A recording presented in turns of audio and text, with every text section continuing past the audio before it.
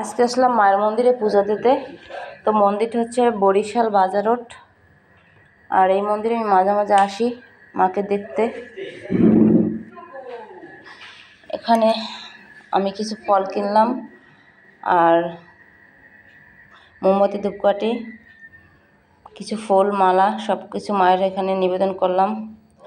আর আস্তে আস্তে দেখি লোকজন আসলে সবাই বসেছিল, এর মধ্যে পূজা শুরু হবে আর কি। ব্রাহ্মণ আসছে। আর মন্দিরটা আমার বাসা থেকে বেশ একটু দূরে, সেজন্য আমি বারবার আসতে পারি না।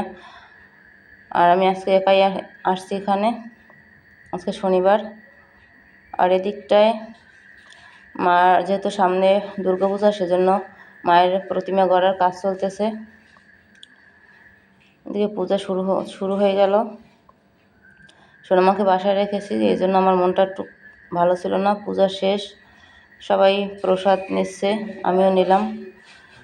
আর এক এক করে সবাই বাসার দিকে চলে যাচ্ছে। মায়ের কাছে আমি যখনই আসি তখনই আমার খুব ভালো লাগে, মানে মনে হয় যেন পৃথিবীর সব দুঃখ কষ্ট দূর হয়ে যায় মায়ের কাছে আসলে। আর এই মন্দিরে আপনারা আসবেন, এখানে আসলেই মাকে দেখলেই ভালো লাগে। এই হচ্ছে মা, আমার সোনা মা। আপনারা সবাই আসবেন এখানে।